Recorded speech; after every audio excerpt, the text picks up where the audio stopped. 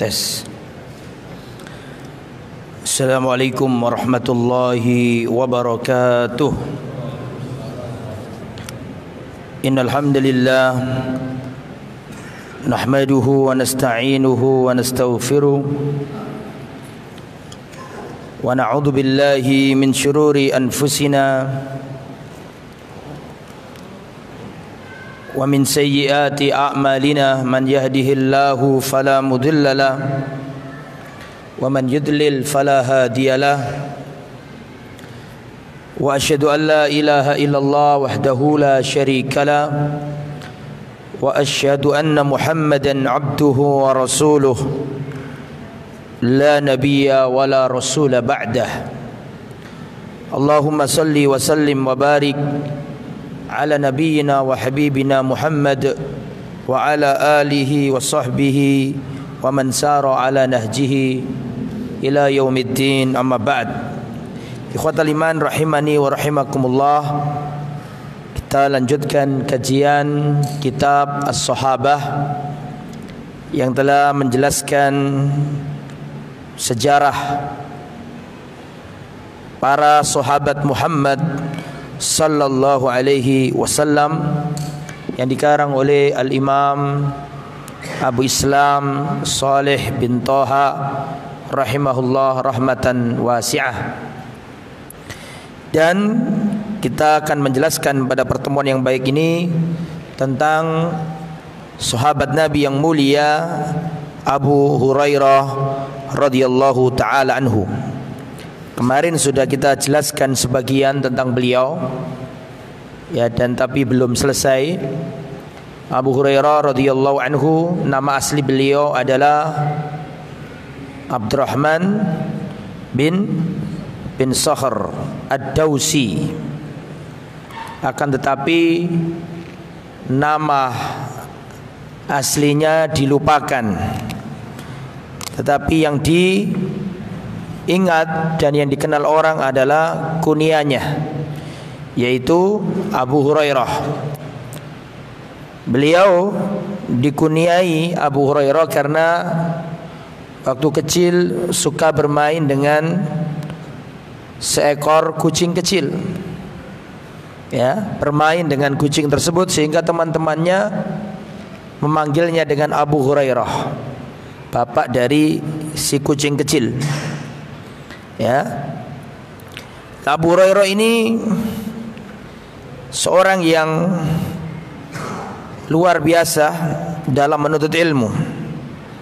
Beliau adalah al-imam, al-faqih, al-mujtahid, al-hafid, sahibu Rasulullah sallallahu alaihi wasallam, sahabat Muhammad sallallahu alaihi wasallam, sayyidul huffaz, pemimpinnya para hafid.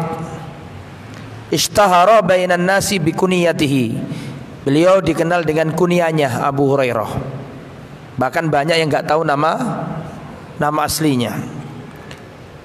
Hadis yang diriwayatkan Abu Hurairah sangat banyak. Yaitu berapa hadis? 5.374 hadis yang diriwayatkan Sayyiduna Abu Hurairah radhiyallahu taala anhu. Kemarin sebagian sudah kita jelaskan apa saja keutamaannya Abu Hurairah. Yang pertama, mulazamatuhu li Rasulillah sallallahu alaihi wasallam. Keutamaan yang pertama, beliau ini selalu menyertai Nabi. Mulazamah, kemana-mana selalu bareng Nabi, sehingga beliau ini manusia yang paling banyak periwayatan hadisnya dari Rasulullah sallallahu alaihi wasallam, mengalahkan sahabat-sahabat yang lain. Beliau mengatakan, orang-orang mengatakan, kenapa aku kok banyak hadisnya? Maka beliau mengatakan, ya, mengomentari orang-orang yang mempermasalahkan kenapa dirinya kok banyak apa? Meriwayatkan hadis melebihi orang-orang lain. Beliau menjawab, wa inna ikhwani minal muhajirin kana yashghaluhumus safqu bil aswaq.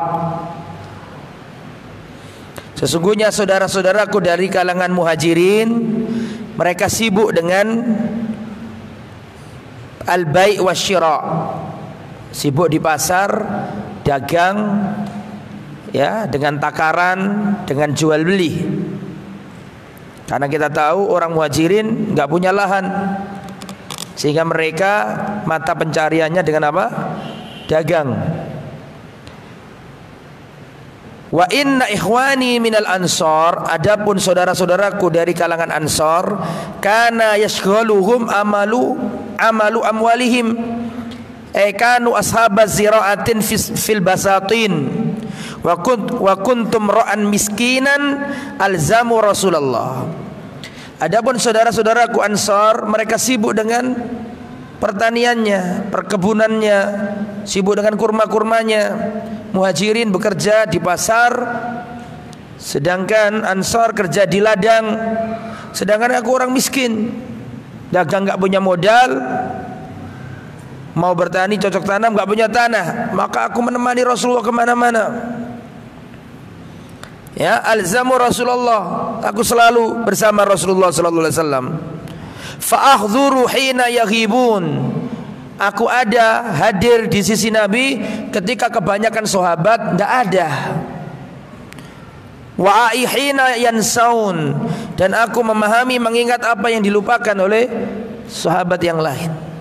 Dan kemarin saya terangkan ke antum bahwa Abu Hurairah ini termasuk ashabus suffah, orang-orang yang nggak punya rumah terus ngemper di mana? Ngemper di Masjid Nabawi. Dan saya jelaskan kemarin, ya, kemiskinan itu teman dekatnya para penuntut ilmu. Kemiskinan inilah yang mengantarkan Abu Hurairah mendapatkan ilmu yang banyak yang tidak diraih oleh orang-orang yang kaya. Kemarin saya jelaskan itu kan, bagaimana keutamaan menjadi orang yang fakir dalam menuntut ilmu. Imam Asy-Syafi'i yatim, untuk belajar gak punya kertas Imam Syafi'i. Bahkan ibunya gak mampu membayar guru yang ngajarinya, yatim semenjak kecil. Begitu juga dengan Imam Ahmad, hidup dalam kefakiran. Tapi para ulama yang dahulu mengukir prestasi sejarah keilmuan, mereka lahir dari kalangan orang-orang miskin. Ya, makanya jangan sesekali berhujjah dengan kemiskinanmu karena dalam kebodohanmu. Jangan berhujjah, mohon maaf aku nggak ngerti, aku nggak pinter, lantaran kemiskinanmu. Lah, itu nggak diterima. Nggak boleh seorang ya berhujjah dengan kefakiran untuk menjadi orang bodoh, nggak boleh. Karena kenyataannya justru sebaliknya. Ya, orang-orang besar yang ditulis oleh tinta sejarah itu semua itu bermula dari orang-orang fuqara, orang fakir, orang miskin. Makanya Imam Malik mengatakan la yunalu hadzal ilmu hatta yudhaqa fihi ta'mul faqr. Seseorang tidak akan memperoleh ilmu agama sampai dicicipi pahit getirnya kemelaratan. Sebelum mencicipi kemelaratan enggak bisa dapat ilmu agama. Harus melarat, harus susah. Ya. Adapun dengan santai, dengan selalu pegang HP, dengan enggak pernah ngapal, ya enggak bisa, harus melarat untuk ilmu itu. Itu yang dikatakan oleh para ulama. Dan pernah Abu Hurairah kelaparan, saking laparnya nggak ada yang nawari makanan sampai, dan dia nggak bisa minta-minta. Pernah saya jelaskan ini kan, lapar mau minta nggak bisa dia minta itu, afif, dia menjaga kehormatan dirinya, nggak mungkin minta-minta itu, nggak mau. Saking laparnya pura-pura pingsan, kejang-kejang di masjid. Tujuannya agar sahabat lain itu tahu bahwa dirinya lapar. Sahabat yang lain nggak tahu kalau beliau itu lapar, dikira ini kejang-kejang kena setan, diruqyah sama sahabat. Maka ketika diruqyah sama sahabat, wahai saudaraku, aku begini bukan karena aku kena jin, tapi karena aku lapar. Baru sahabat paham, ternyata Abu Hurairah ini lapar, saking lapar. Ya, itulah Abu Hurairah radhiyallahu anhu, sehingga dia dapat ilmu banyak karena menyertai Rasulullah sallallahu alaihi wasallam. Ya, itu keutamaan yang pertama. Selalu menemani Nabi kemana-mana. Kemudian keutamaan yang nomor dua, keutamaan nomor pertama kan sudah saya jelaskan kemarin ya. Sekarang keutamaan yang nomor dua. Wa min manaqibihi hirsuhu ala ma'rifatil khair wa fi'lih. Di antara keutamaan Abu Hurairah adalah semangatnya untuk mengetahui kebenaran, semangatnya untuk mengetahui kebaikan dan mengamalkannya. Kita simak riwayat berikut ini menunjukkan begitu semangatnya Abu Hurairah untuk mengetahui kebenaran. Qala Abu Hurairah radhiyallahu an, ya Rasulullah, man as'adun nasi bi syafa'atika yaumal qiyamah. Ya Rasulullah, siapakah manusia yang paling bahagia mendapatkan syafaatmu pada hari kiamat nanti? Maka Rasulullah, lihat ucapannya Rasulullah, dhanantu laqad dhanantu ya Aba Hurairah alla yas'alani an hadzal hadis ahadun awwal minka.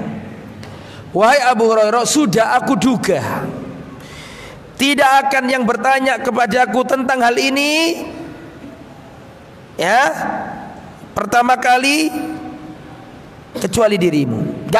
Saya sudah menduga bahwa nanti gak akan ada orang yang bertanya tentang ini kepadaku ya kecuali dirimu. Artinya kamu terdepan dalam bertanya ini. Belum ada sahabat bertanya tentang ini kecuali dirimu. Lah ucapannya Nabi ini menunjukkan bahwa semangatnya siapa? Abu Hurairah. Lima ra'aitu min hirsika 'alal hadis. Kenapa aku berprasangka seperti itu? Karena aku tahu kamu semangat ingin mengetahui hadis dari diriku. Sampai-sampai aku sudah tahu paling suatu saat nanti yang bertanya kepada aku tentang hal ini adalah dirimu. Ternyata terbukti ucapannya Rasulullah. Kemudian dijawab sama Rasul, as'adun nasi bi syafaati yaumal qiyamah man qala la ilaha illallah khalisan min qalbihi. Orang yang paling bahagia mendapatkan syafaatku pada hari kiamat adalah orang yang mengucapkan la ilaha illallah. Tidak cukup dengan lisan, tetapi khalisan, murni, tulus, jernih, min qalbi, dari hatinya. Jadi gak cukup lisan, tapi hatinya harus bersih dari kesyirikan supaya dapat syafaat. Muhammad sallallahu alaihi wasallam. Hadis sahih riwayat Imam Bukhari. Di antara dalil lain yang menunjukkan semangatnya Abu Hurairah dalam menuntut ilmu, mengetahui kebenaran, tanya ke Nabi dan mengerjakan kebaikan adalah hadis berikut ini. Qala Abu Hurairah berkata, ausani khalili bisalasin. Kekasihku Muhammad sallallahu alaihi wasallam berwasiat kepadaku 3 hal. Saumu salasati ayyamin min kulli syahr, min kulli syahr. Wasiat pertama, aku diperintahkan Nabi puasa 3 hari dalam setiap bulan. Puasa apa namanya? Ayyamul bid. Nggak mesti. Sekarang saya mau tanya antum, boleh apa enggak puasa ayyamul bid selain 12, 13, 14, 15? Boleh enggak? Enggak boleh. Pertanyaan saya itu seperti orang ngomong, boleh enggak seorang puasa hari, boleh enggak orang puasa hari Kamis pada hari Senin? Boleh enggak orang puasa hari Kamis pada hari Sabtu? Boleh enggak? Enggak boleh. Nah ini banyak enggak dipahami. Kalau saya ngomong, perhatikan, kalau saya ngomong, Ustadz boleh enggak puasa 3 hari selain ayyamul bid? Jawabannya boleh, benar itu. Paham? Tapi kalau Ustadz boleh enggak saya puasa ayyamul bid, ya, tetapi selain tanggal 13, 13, 14, 15 nggak boleh. Karena ayyamul bid itu ya 13, 14, 15 banyak orang gagal paham masalah ini. Jadi maksudnya benar tapi salah dalam penggunaan. Harusnya ngomongnya gini, puasa 3 hari 1 bulan itu nggak harus ayyamul bid. Harusnya gitu ngomongnya. Karena ayyamul bid itu memang berapa? 13, 14, 15. Ada juga ustadz yang terangkan kayak gitu. Puasa ayyamul bid itu boleh selain 13, 14, 15. Orang ngomong kayak gini nih, seperti orang ngomong boleh puasa hari Kamis pada hari Jumat. Paham nggak? Harusnya jawabannya nggak gitu. Kalau ada yang tanya, Ustadz boleh nggak ya puasa 3 hari dalam 1 bulan itu di luar ayyamul bid? Kita jawab boleh dengan 2 cara. Cara yang pertama, kau puasa pada ayyamul bid, yakni 13, 14, 15. Tetapi puasa 3 hari dalam 1 bulan tidak harus di ayyamul bid. Tapi kalau ayyamul bid, yo kaula udah adik yo tanggal iku. Paham? Kenapa dikatakan ayyamul bid, saya mau tanya? Karena pada waktu itu malam harinya itu sangat putih, ada sinar apa? Rembulan, makanya dinamakan ayyamul bid. Bisa dipahami? Jadi kalau pertanyaannya kok bulat lagi deh. Boleh nggak puasa 1 bulan itu 3 hari selain 13, 14, 15? Jawabannya apa? Boleh. Tapi kalau pertanyaannya boleh nggak ayyamul bid selain tanggal 13, 14, 15? Boleh nggak? Nggak boleh. Karena ayyamul bid ya itu. Nah, itu wasiatnya Abu Hurairah. Wasiatnya Rasulullah kepada Abu Hurairah. Ausani khalili bithalathin. Kekasihku Muhammad sallallahu alaihi wasallam berwasiat kepadaku 3 hal. Yang pertama, shaumu thalathati ayyamin min kulli syahr. Puasa 3 hari pada setiap bulan. Dan ini boleh ayyamul bid, boleh di luar ayyamul bid. Wasiat kedua, wassalatu duha, dan salat duha. Wasiat yang ketiga, wala anamu illa ala witrin, dan agar aku sholat dan agar aku tidak tidur kecuali aku sholat witir dulu. Jadi artinya sholat witir sebelum dalil bahwa sholat witir boleh sebelum tidur. Hadis Bukhari Muslim.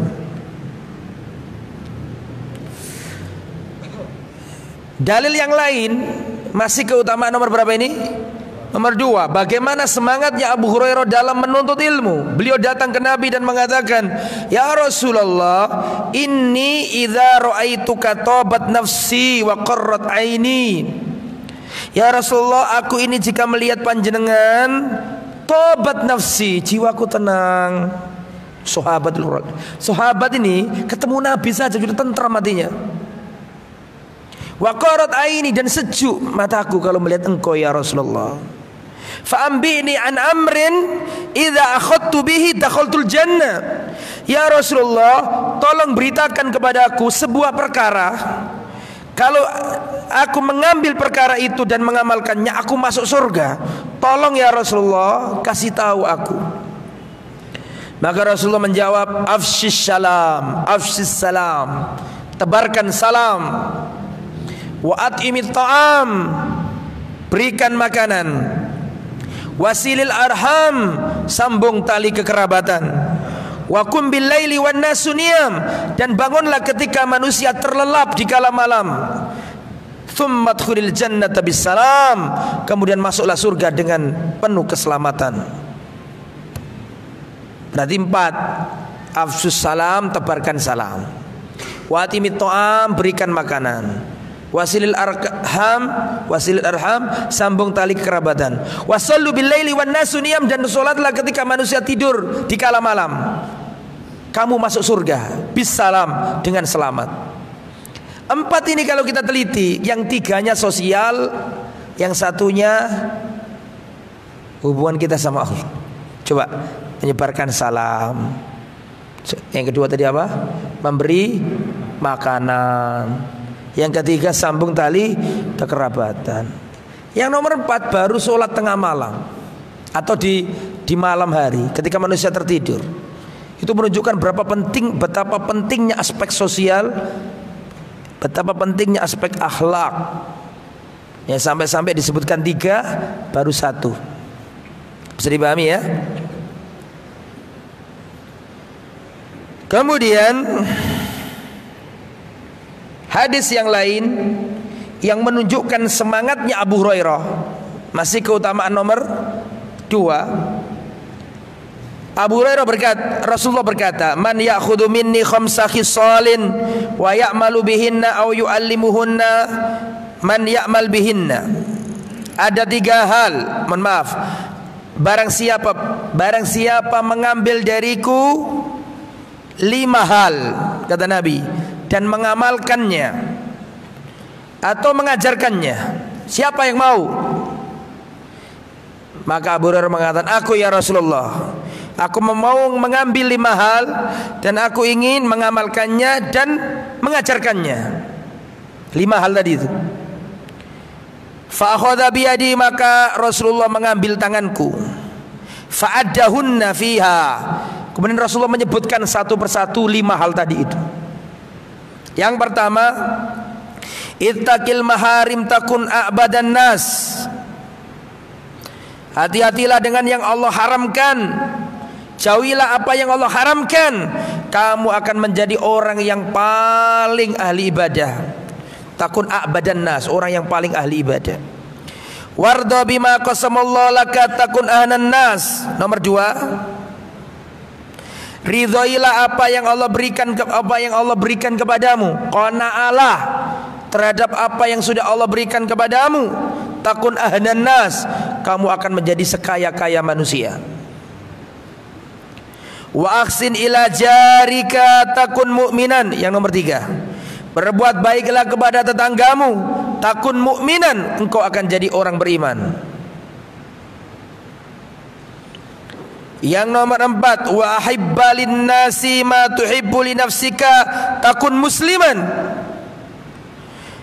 Engkau mencintai sesuatu itu untuk manusia sebagaimana kau cintai sesuatu itu untuk dirimu sendiri, maka kamu menjadi seorang muslim. Paham? Kamu pengen apa? Kalau kamu pengen bahagia, kamu juga harus punya keinginan orang lain pun harus apa? Bahagia seperti dirimu, gitu loh maksudnya. Ya, engkau harus seneng, engkau harus cinta sesuatu, ya, untuk orang sebagaimana kau suka sesuatu itu untuk dirimu sendiri. Kalau kamu suka apa, maka ketahuilah saudaramu yang lain juga suka dengan itu. Ya. Kemudian yang nomor berapa? Yang nomor 5, wala tuktsiridz dhahik, dan janganlah engkau memperbanyak tertawa. Fa inna kathratadz dhahik tumitul qalba, karena banyak tertawa itu mematikan hati. Itu menunjukkan riwayat-riwayat tadi itu, yang terakhir riwayat Imam Tirmidzi, itu menunjukkan semangatnya Abu Hurairah dalam menuntut ilmu dan mengetahui kebenaran dan mengamalkannya. Yang terakhir tadi kan Nabi mengatakan ada 5 hal, siapa yang mau mengambil dariku, mengamalkannya dan mengajarkannya. Abu Hurairah langsung mengatakan, saya ya Rasulullah. Langsung diajari 1, 2, 3, 4, 5, siap mengambil, siap mengamalkan, dan siap apa tadi? Mengajarkan. Buktinya sampai ke kita. Sampai ke kita ini bukti bahwa Abu Hurairah apa? Mengajarkan apa yang disampaikan Rasulullah sallallahu alaihi wasallam. Nomor berapa sekarang? Nomor 3. Wa min manaqibihi hirsuhu ala talabil ilm. Termasuk keutamaannya adalah semangatnya dia dalam menuntut ilmu. Sebenarnya mirip dengan yang nomor 2 ini sebenarnya. Ya. Mirip yang nomor 2. Abu Hurairah berkata, "Ya Rasulullah, asma'u minka hadisan katsiran ansahu, Ya Rasulullah, aku sering mendengarkan hadis darimu, tapi aku lupa. Aku melupakannya. Bagaimana ini ya Rasulullah?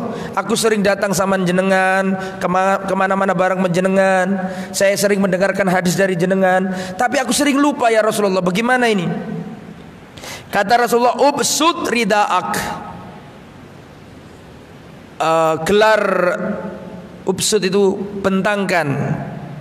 Ridaak, rida itu selimut, selendang. Bentangkan selimutmu, bentangkan selendang. Antum tahu kalau ihram itu baju atasannya itu namanya rida. Apa kita mengartikan bahasa Indonesia? Kain ihram itu loh, kalau umroh kan ada bagian bawah untuk sarung, ada bagian atas. Yang pakai atas itu namanya rida dalam bahasa Arab. Ya selendang atau kemul atau selimut. Ya kemul, terserahlah ya. Ya, kemudian kata Rasulullah, ya Rasulullah bagaimana ini? Aku sering dengarkan hadis tapi sering lupa.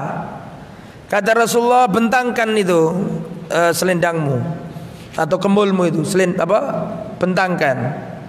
Fabasattuhu, aku bentangkan selimutku, kemulku.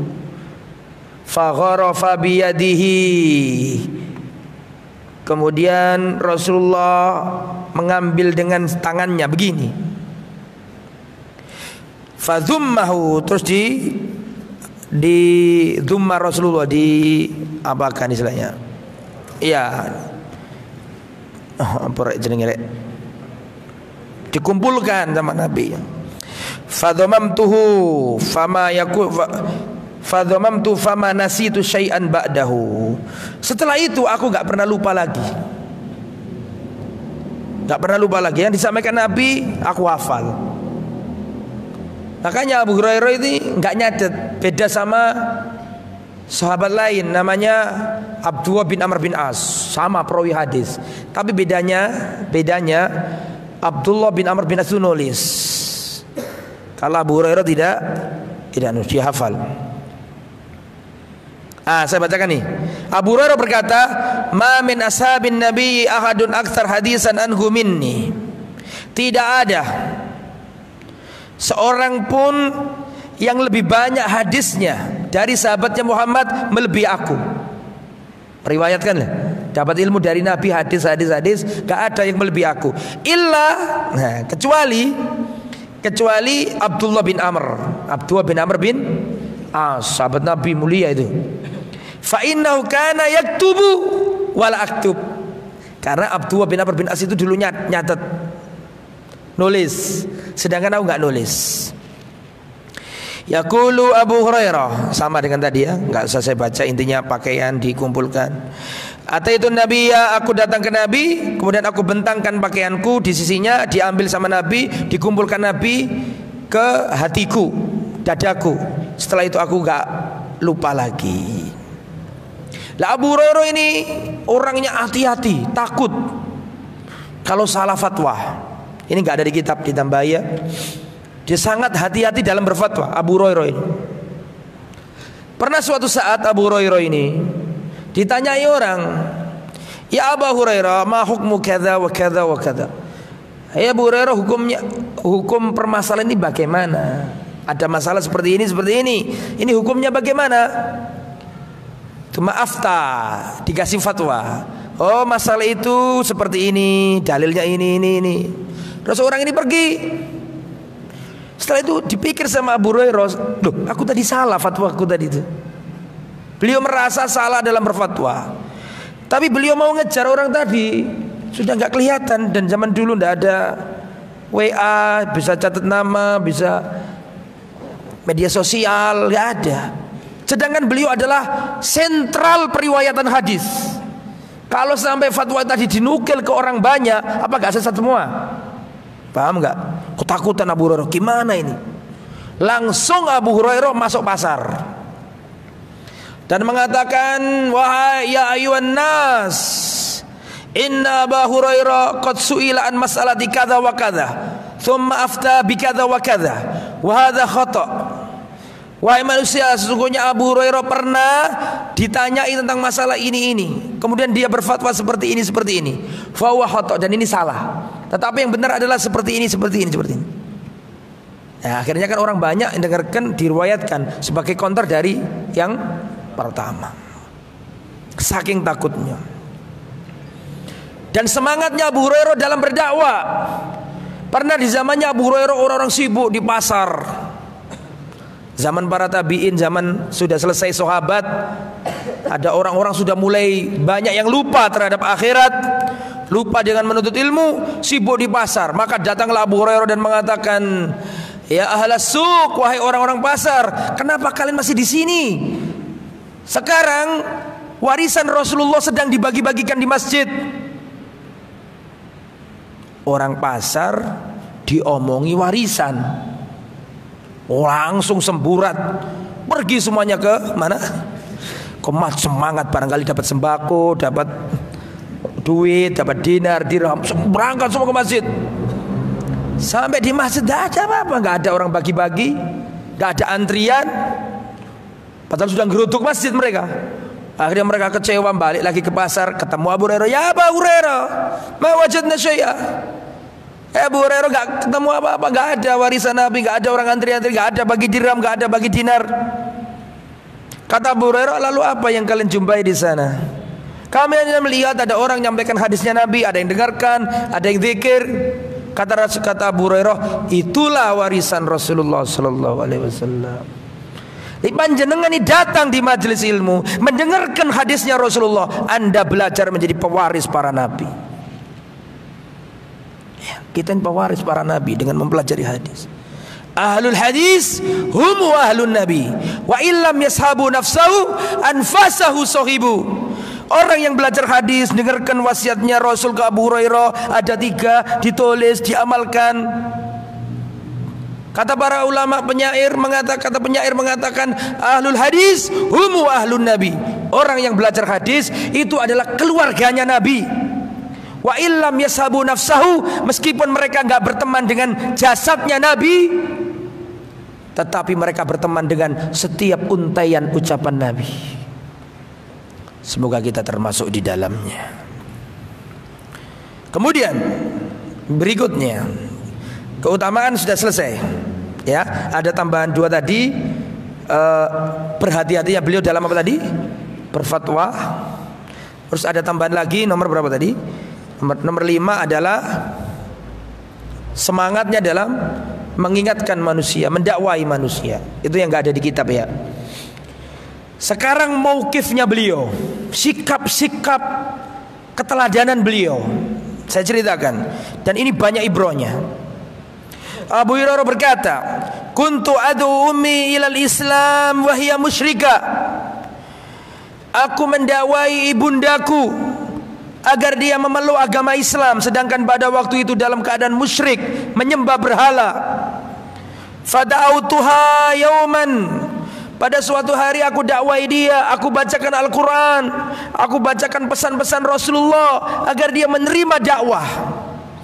Fa'asma'atni fi Rasulillah ma'akrah. Tiba-tiba ibundaku mengucapkan sesuatu tentang Rasulullah yang jelek-jelek, mengucapkan kejelekan tentang Rasulullah. Fa'atitu Rasulullah wa ana abki, maka aku datangi Rasulullah sambil sedih, remuk hatiku. Aku bersedih dan aku berkata kepada Rasulullah, ya Rasulullah, inni kuntu ad'u ummi ilal Islam. Wahai Rasulullah, aku datang ke ibundaku, aku ajak dia masuk Islam. Aku ingin dia selamat, karena ya Rasulullah, kalau dia mati aku gak bisa mendoakannya kalau dia gak masuk Islam. Aku berharap dia masuk Islam supaya aku nanti bisa mendoakannya. Fata'ba alayya, tapi dia enggak mau masuk Islam. Sudah dibacakan dalil, sudah dibacakan hadis, enggak mempan, enggak mau. Fada'autuhal yawma fa'asma'atni fi kama akrah. Suatu hari aku dakwai dia lagi, aku bacakan dalil-dalil.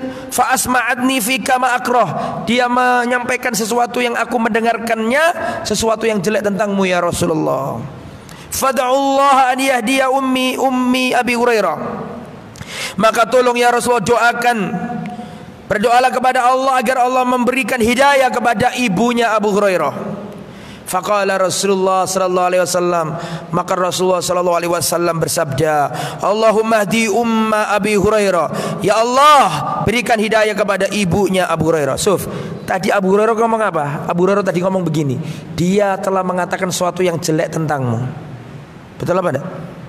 Tapi Rasulullah memaafkannya. Rasulullah tidak menghitungnya, dan Rasulullah enggak sakit hati. Enggak ndongakno makmu lapo awak makmu ngeleng-elon aku kok. Enggak, Rasulullah kayak gitu. Memaafkannya. Allahumma hdi umma Abi Hurairah, ya Allah berikan hidayah kepada ibunya Abu Hurairah.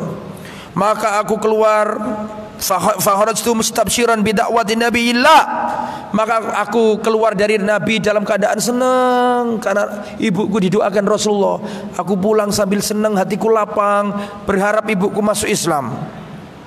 Falamma jitu fasirtu ilal bab, ketika aku sudah sampai di depan pintu, fasami'at ummi khashfa qadamayya, ketika aku di depan pintu, ibuku yang ada di dalam mendengarkan bunyi kakiku, bunyi sendalku dari luar. Maka ibuku berkata, maka anaka ya Abu Hurairah, stop, jangan masuk dulu wahai Abu Hurairah, tetap di tempat dulu. Fasami'tu khadhatal ma, maka aku mendengar dari dalam rumah ada kemercikan air, ada seakan-akan ada orang mandi. Faghtasalat wala bisa dir'aha, ternyata ibunya tadi itu mandi. Mandi itu maksudnya mandi semuanya, mandi besar. Wala bisa dir'aha, kemudian ibundaku memakai pakaiannya. Pakaian dir'ah itu bukan baju perang, maksudnya di sini baju yang menutup aurat. Wa ajilat an himariha, dan dia segera mengambil kerudungnya, jilbabnya. Fa fatahat bab, kemudian fatahat al-bab, pintunya dibuka. Kemudian ya Abu Hurairah, masuklah. Asyhadu an la ilaha illallah wa asyhadu anna Muhammad Rasulullah. Doa ya ikhwah. Kalau kita sudah mendakwai ibunda kita, kita bacakan ayat enggak mempan, kita tunjukkan akhlak yang mulia tidak mempan, jangan lupakan doa. Kadang-kadang kita ini meremehkan doa. Doa itu bisa merubah apa yang tidak bisa dirubah dalil. Berapa banyak orang kafir di zaman Nabi dibacakan dalil tidak mempan, tapi Nabi berdoa di tengah malam dan masuk Islam karena doanya Nabi. Jadi ada hal itu yang nggak bisa diubah dengan dalil, tapi bisa diubah dengan apa tadi? Doa. Makanya kita nggak boleh meremehkan doa. Dan ini juga menunjukkan baktinya Abu Hurairah. Dan bakti yang paling bakti adalah kau jemput hidayah dan kau antarkan kepada ibundamu. Itu bakti yang paling bakti. Bakti yang paling bakti dari anak ke orang tuanya adalah mendekatkan orang tua kepada Allah Subhanahu wa taala. Tidak ada bakti yang melebihi ini. Wallah tidak ada. Bakti yang paling bakti adalah engkau selamatkan ibundamu dari kekeliruan dan ketidakbenaran. Itu bakti yang paling bakti. Ini menunjukkan Abu Hurairah anak yang bakti. Seandainya ada keutamaan, ini bisa dimasukkan lagi, ya, bahwa Abu Hurairah adalah anak yang berbakti sampai nangis pengen ibunya dapat hidayah. Dan ini juga termasuk lapangnya dada Rasulullah. Ya Rasulullah, ibundaku aku dakwai, dia menolak, bahkan menjelek-jelekkan dirimu ya Rasulullah. Tapi Rasulullah apa? Langsung mendoakannya. Rasulullah tidak sakit hati. Terlalu remeh untuk membenci ibunya Abu Hurairah. Paham gak maksud saya? Untuk sekelas Rasulullah Muhammad SAW terlalu remeh untuk membenci seorang wanita namanya ibunya Abu Hurairah. Hatinya lapang. Nah, begitulah seorang pemimpin. Tidak boleh hatinya disibukkan hal-hal yang remeh-temeh, nggak boleh. Karena jiwanya besar, tidak boleh memikirkan sesuatu yang kecil. Maka dimaafkan sama Rasulullah. Itu namanya kita harus punya sifat taghaful. Taghaful itu penting, Pak. Taghaful itu sifat pura-pura nggak tahu. Itu penting. Seorang dai, seorang pemimpin itu harus punya sifat taghaful, pura-pura nggak ngerti. Karena tidak semua masalah harus kita apa? Ladeni. Ada hal-hal yang kita nggak usah pura-pura ngerti. Itu taghaful namanya. Tahu Syekh Sa'di, Syekh Sa'di, pengarang kitab tafsir Taisir Karimir Rahman. Gurunya siapa? Gurunya Syekh Utsaimin. Syekh Utsaimin kan hebat itu ya. Ada lagi gurunya beliau namanya Syekh Sa'di. Sudah sepuh zaman dulu. Anak-anaknya ini punya teman banyak. Banyak teman-teman anaknya datang ke rumahnya. Di antara temannya anak-anaknya itu ada yang bawa rokok. Ada yang bawa apa? Rokok. Sembunyi-sembunyi, takut ketahuan saya alim kabir, gurunya Syekh Utsaimin. Syekh Utsaimin kayak gitu apalagi gurunya. Alim, mufassir, ahli tafsir. Teman-temannya datang itu zaman dulu bawa rokok. Teman-temannya anaknya ini maksudnya disimpan, jangan sampai ketahuan Syekh Sa'di, sungkan, malu kan gitu kan. Ternyata qadarullah, waktu selesai bincang-bincang di rumahnya, pergi, itu rokok ketinggalan. Ketinggalan di rumahnya siapa? Syekh Sa'di. Besoknya datang teman-temannya lagi. Gak harus dimarahin dah. Ayo sapa sing kemarin rokokan nih? Kalau rokokan ojo rene nang omahku nggo rokok. Enggak.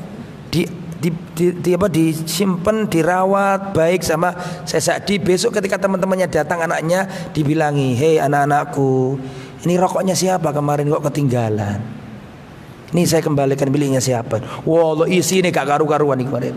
Akhirnya jadi jalan tobatnya manusia. Akhirnya gak gelem rokokan. Nah coba tadi langsung disikat di tempat itu, diluabrak gitu, ucek-ucek itu rokoknya. Oh tambah mangkel, iya kan? Tambah gak tobat. Tapi dengan kelembutan, taghaful, pura-pura gak tahu. Ada seorang syekh, guru, datang seorang perempuan minta fatwa. Dia ngomong panjang lebar, ini bagaimana hukumnya, begini panjang lebar. Di tengah dia jelaskan tadi, ternyata dia ngentut. Dut gitu. Waduh. Syekhnya ini kasihan melihat wanita ini. Paham kau saya? Sudah jelaskan serius-serius. Di tengah perjalanan keluarlah sesuatu yang harusnya nggak keluar. Ya, tapi lihatlah syekh ini. Sifat taghaful itu penting, Pak.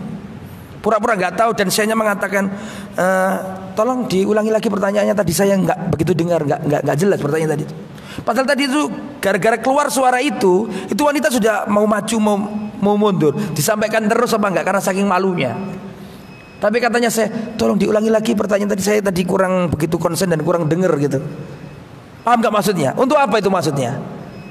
Supaya wanita ini mengatakan, oh alhamdulillah syekhnya nggak dengar aku ngentut. Sifat taghaful, pura-pura nggak tahu itu penting dalam hal-hal tertentu. Itu ya, itu Abu Hurairah. Begitu Rasulullah Sallallahu Alaihi Wasallam ya, seperti itu. Farajatu ila Rasulillah, maka setelah aku mendengar ibuku masuk Islam, aku kembali kepada Rasulullah. Fa'ataituhu wa ana abki, maka aku datang kepada Rasulullah sedangkan aku menangis saking bahagianya. Itu dalil bahwa bahagia itu bisa membuat nangis. Bisa. Makanya Imam Ibnu Qayyim membagi tangisan itu ada banyak. Ada 10 tangisan mungkin. Kau ulama sebelumnya bagi-bagi nangis saja kok dibagi. Imam Ibnu Qayyim kan suka gitu, membagi-bagi sesuatu, luar biasa. Tapi tangisan itu ternyata enggak satu. Ya. Di antara tangisan ada tangisan apa tadi? Kebahagiaan, senang. Ya Rasulullah absyir. Ya Rasulullah kabar gembira, ya Rasulullah, sungguhnya Allah menerima doamu ya Rasulullah, dan memberi hidayah kepada ibunya Abu Hurairah. Kemudian aku berkata kepada Rasulullah, kata Abu Hurairah, ud'ullah an yuhabbibani ana wa ummi ila ibadihil mu'minin. Ya Rasulullah, jadikanlah diriku dan juga ibuku ya senang kepada orang-orang yang beriman. Ya, senang kepada apa? Orang-orang yang beriman, dan sebaliknya. Akhirnya didoakan oleh Rasulullah sallallahu alaihi wasallam ya. Itulah anak yang berbakti. Adzan ya. Adzan dulu.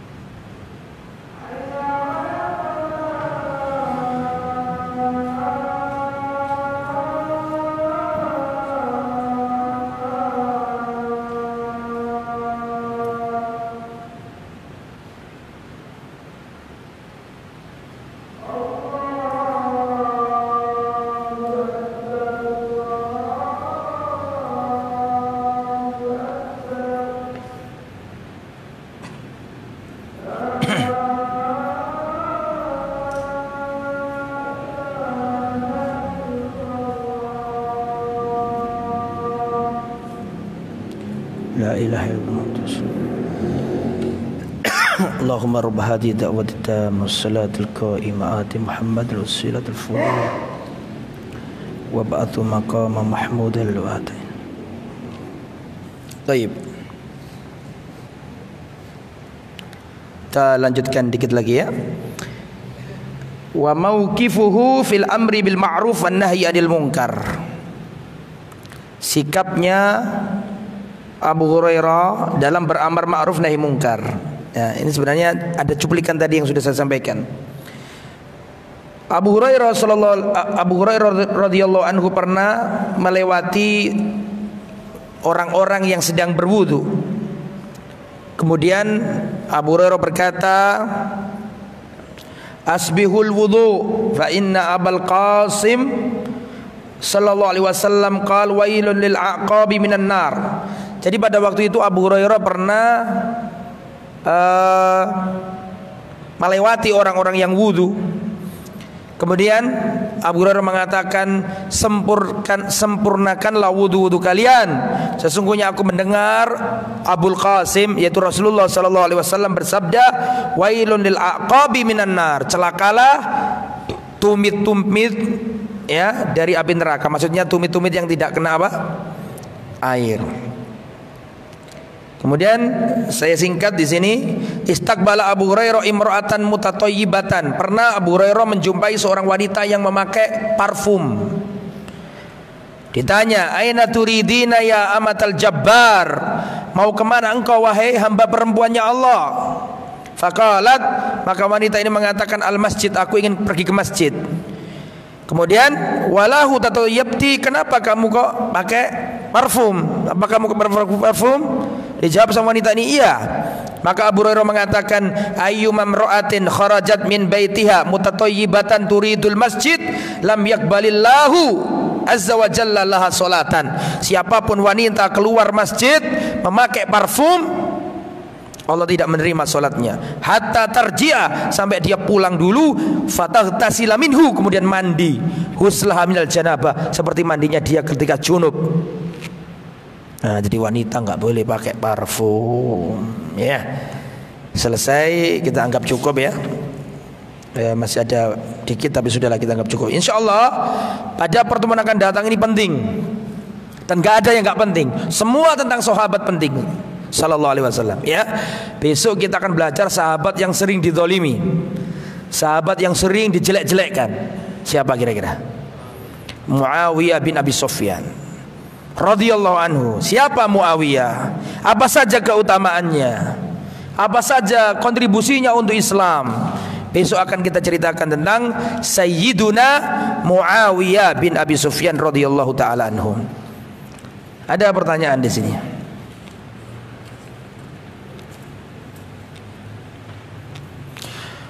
Assalamualaikum warahmatullahi wabarakatuh. Ustaz, saya tanya dalil mengenai seseorang yang menyesal ketika di dunia tidak pernah merasakan sakit semasa di dunia, bagaimana bunyinya? Masuk ke dalam riwayat siapa Ustaz? Harus lihat ya, kalau kayak gitu harus cari dulu, searching dulu. Tapi seingat saya ya, kurang lebih bahwa Rasulullah sallallahu alaihi wasallam bersabda bahwa orang-orang yang diberi kesehatan di dunia, nanti di akhirat mereka itu menyesal karena melihat orang-orang yang dulunya ditimpa sakit, ternyata di akhirat mendapatkan nikmat yang sangat banyak. Jadi orang-orang yang sehat-sehat di dunia, waktu di akhirat nanti itu ternyata orang yang dulu sakit-sakit itu dikasih nikmat yang berlebih-lebih, yang luar biasa, sampai iri dalam kebaikan maksudnya. Sampai mengatakan, "Ya Allah, seandainya engkau kembalikan aku ke dunia dan aku dipotong-potong kulitku untuk agar mendapatkan nikmat seperti mereka yang mendapatkannya itu." Jadi ada hadis seperti itu. Itu menunjukkan dalil tentang keutamaan atau dalil tentang bahwa sakit itu ya bisa mengangkat dan memberikan pahala yang banyak kepada pemiliknya. Ya, makanya kita harus sabar ketika ditimpa sakit. Wallahu a'lam. Tapi jangan minta sakit.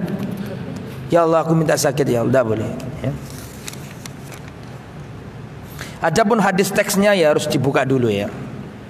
Silakan di WA saya, kalau ada nomornya nanti saya kirim ke WA jenengan. Orang tua melarang berangkat kajian karena hujan. Apakah sebagai seorang anak harus menurutinya? Iya, turuti ibumu, gak usah berangkat. Sedangkan menurut ilmu agama adalah wajib, dan bakti kepada orang tua juga wajib. Banyak orang tua yang tidak melarang anaknya berangkat kuliah tatkala hujan, tapi melarang anaknya berangkat kajian tatkala hujan. Orang tuamu kalau nyuruh kamu menemani dirinya meskipun dalam hal mubah, wis nak gak usah kajian hari ini, temani ibu saja. Tetap duduk di rumah. Ya. Menuntut ilmu itu birrul walidain min afdolil ibadat. Banyak ulama zaman dulu itu yang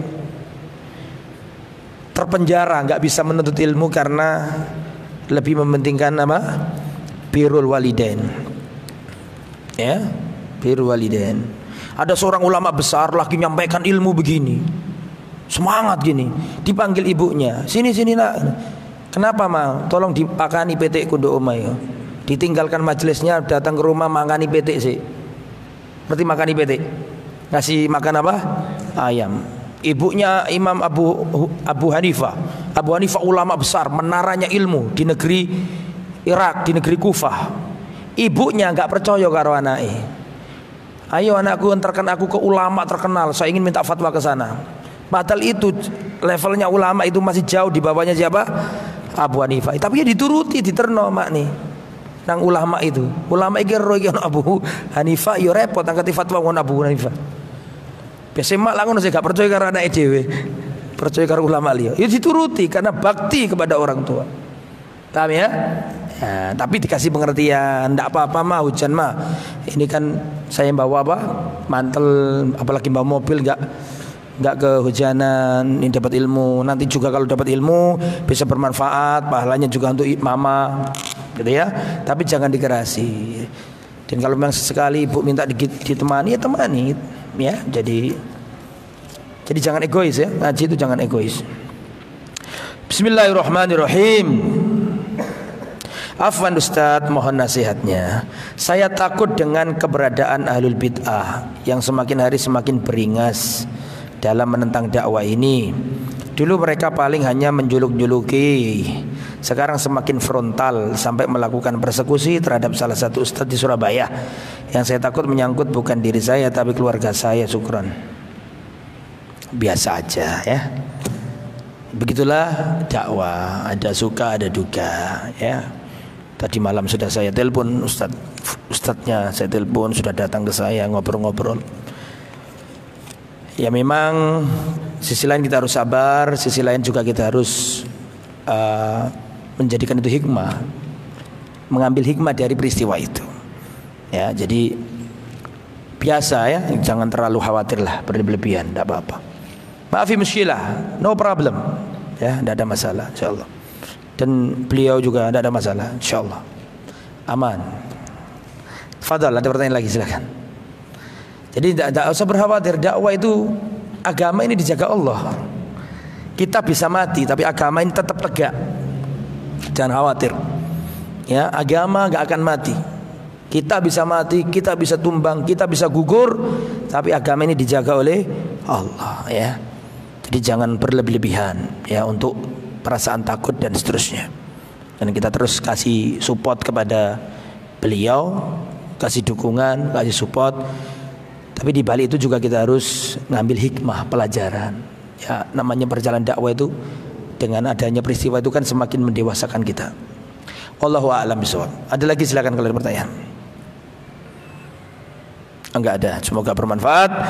Insyaallah akan kita lanjutkan pada pertemuan akan datang, yaitu tentang siapa? Sayyiduna Muawiyah bin Abi Sufyan radhiyallahu anhu. Semoga bermanfaat. Subhanakallahumma bihamdika asyhadu an la ilaha illa anta astaghfiruka wa atubu ilaik.